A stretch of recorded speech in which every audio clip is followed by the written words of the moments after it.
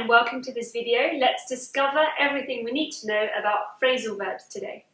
So, what is a phrasal verb? First of all, let's learn that. It's a combination of a verb and a particle. That particle can be a preposition or an adverb.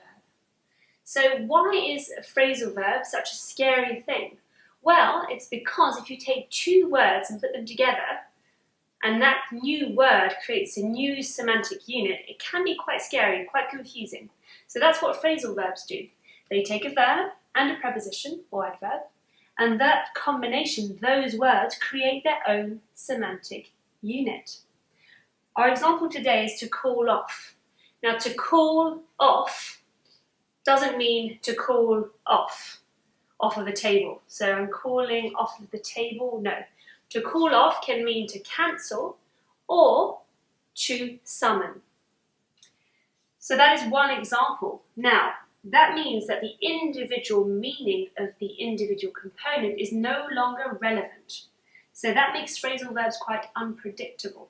So therefore, when you're learning a new phrasal verb, trying to learn the meaning and an example.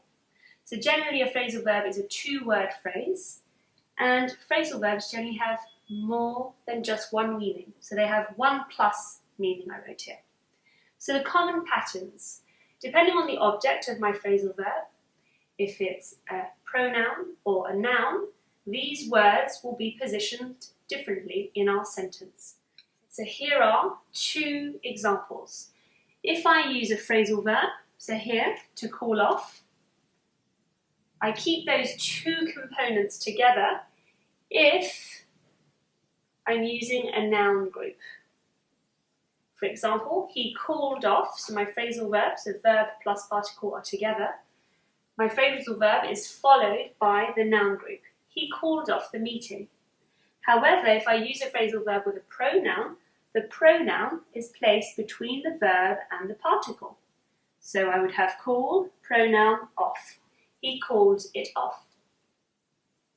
So that's the basic theory covered. Let's look at some examples now together.